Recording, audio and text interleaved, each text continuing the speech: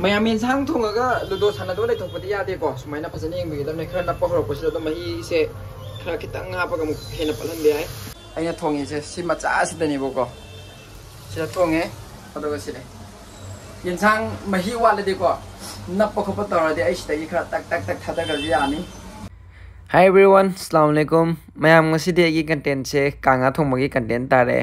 Ngasi se ai imanaba amagi birthday tai aduna magi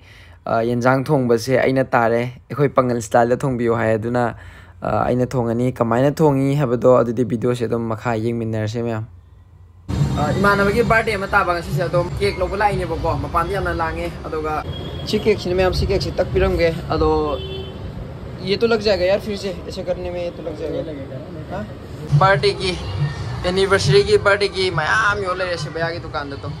याम pick तक ना को अदुगा मागी केक से पाई ले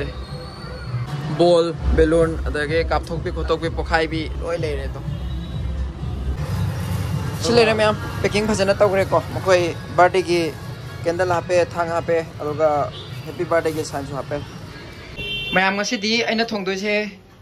kanga ne boko kanga kilo hum khai ta bane selai re kanga aduga imana baga sak samina dune adubu chaminna bodo mai kitchen da aina hei style da dum thunga ke kamai thungge ngase khang thangale khang sale ko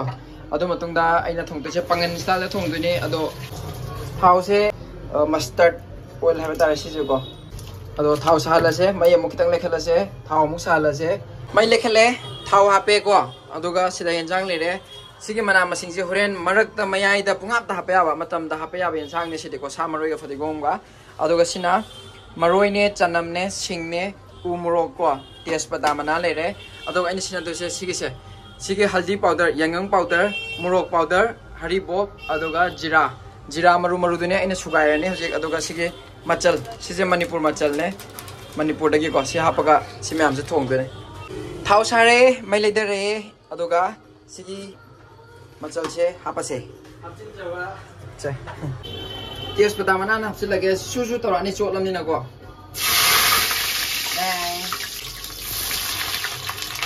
मरोय बे हापसिन लनि खरा यांग दो माले मरोय ना ओथोक पिरनि सुमायना को तो आइनि हाइनाबना आइ थुम हाना हापेबो थुम से मयांग बे चांग दम young हापो आइ अनि मखाय हापे सी तौरिंग को जीरा से मैम जीरा से खितंग मरु से बतारे मपुम से ngauthok pi oba ko khra ngauthok sugai ba dugi manam se yam tina tongan bane mayam su thaja jaga try tawro maroi se khitang sumaina ngang ba timing do ko ma'am chanam gum se dum happy be are ajana ye sing so dum hapsin be are ko sing ana pasu ai chanam hana pasu are dugi di ko umuro adum hapsin lage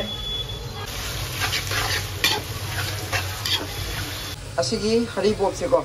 Hari bos se mukha tak chila se jira ka kini ko jira yeng ba ka orde shoye makan na ot pi okay si yeng na marak se da ko oi sak tre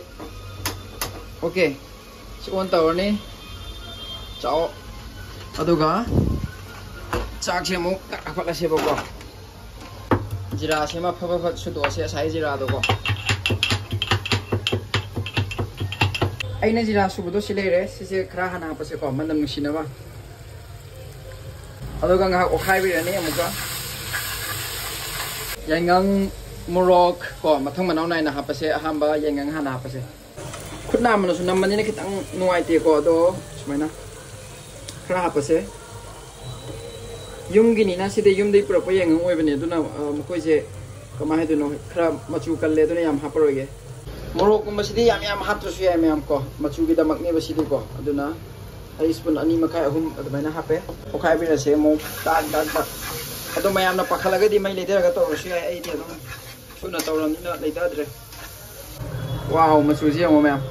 na si je palhal la je ko sing kitang hape ai yam hapta bi da ko sigi manipur gi sigi maru marang se maite mek na gi ye to si se mo hapa se Sina Manipur ki maru marang hai betare ko. Agar na pahore, ato sida mahi kitang apa ya ko sukai.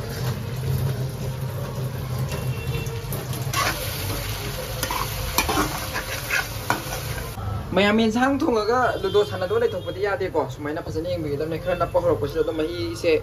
khara kitang ha paga muk hena palan be ai like this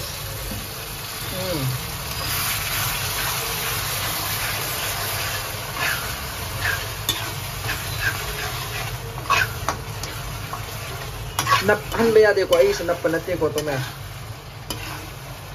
maina khara palak pa matam sida ko akoi kari mo hapning ngani khambra aina samroi se sida khara tapchilage ba sumaina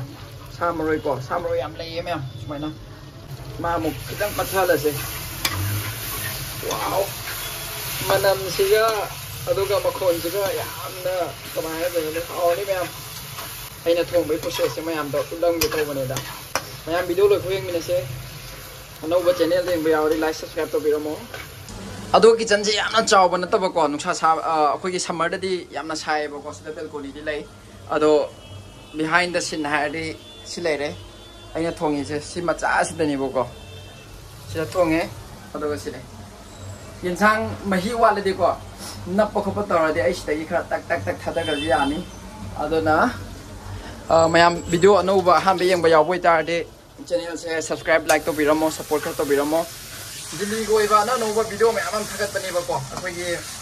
wholesale yo gera kadai da ko chakani ha bugum bagi matang gum da ai video yam na thagat bani mamang gi playlist sa sang ning biro ado ngasi gi di yum manung da adum le raga ha ba tare sa ba thupagi thong bagi adumaina thagat ning ba mayam da yenjang aina mamang gi da thong bai thagat bani do handak su sumaina ka nga se kamai thongi khole do ai gi style da ha ba tare Kanga se ai style ka maina thong gani haba do adu do ina mayam da se putling bai ta ya dona si gi ma pan da thoroi room manung ge dum ta ni si se phajana pat pa ma da ka lai sumena palhala kan da ko adu ga si ji hap se ba do kitang ya re ayo khale de dum doina patla boi ne khale to do ai insang se sina ba tawra ge kamai ha pani khutna ma se thanga pasu wa gani do sumani to pai ra ge adu ga sumaina dum hapa ge dam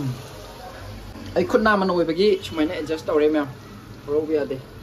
ado direct sumaina hapage oi slume oh okay simo khai ra ge me chadi masal gram muthopa daga le re sumaina namna phajana munno khai ni aduga makhung kusila thamani tra sigi plate si kupsila ge makhoi da plate maram cha ba sile ram dare aduna sina dum sumaina chawra ko ma thamage okay aduga ma mahi thulakani ba ko masana aduga na muka second round olani aduga muk thamje ngak tang ngai minner se mayam si se am to langmi ang go ai mahi sunga haptari bo ko to sida yauri mahi se masagi thulako mahi ne sumaina mahi thokan je amuka option gi je aduga ngak tham gi je dum mahi phajana dum full dane thare je ko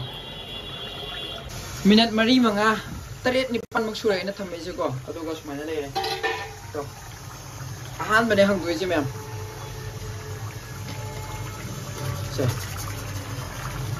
wow khapat paso hore ai sai de game theng dari aduga mahi so amta hapte mayam adu da leiram ba condition do sisini ko ji leiram ja mahi masana mayam tho amme okay adu ka nga se khrak masagi su khrak kalle bo ko adu na guys kitang puina thamse amuka thangbi je abet sumai toro manga aduga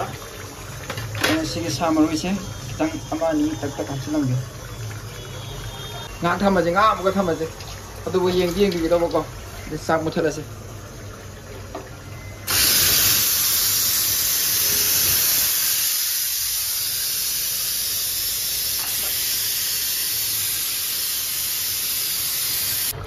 so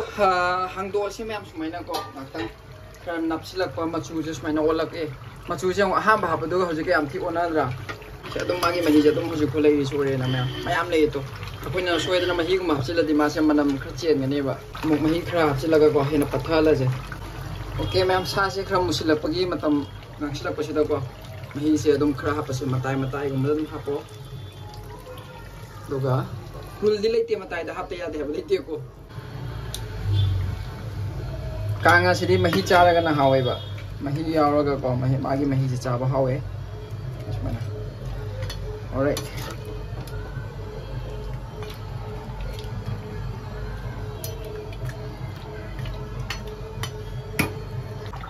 sore ma'am phajana sore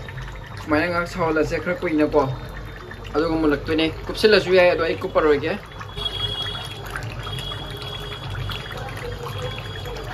Horen chaba da hawbani ko sumaina chanam ma hapsin je ko chama ga hapani ko cham ga damni mem to sile mem sile last ki condition je ko phajana yon to masak se hawni ha magi chanam ga je mata ka taw le re ado ai mahi chaning mani mahi khara loge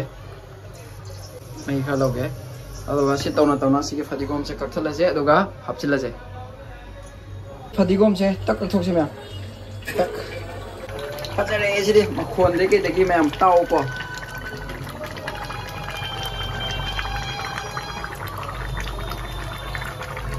fadigom hapchila se adum sumaina char se thumala me thuma pa se ko na sini mem sumain taw da na insang se thonge mayam su process se dum lei da na id ko na thumro habde hana mang na loina hape duga sumaina thonge mem video se no ga di like subscribe to biramo chaba ki saruk di ai chaba da yam video da thopangam jade duna so sorry so thank you bye bye video se lo sile mathangi thongbagi process atopa thonganing ba layer de haibiramo aina haijaba mo da sumaina thongi habda yuchage bye bye Oish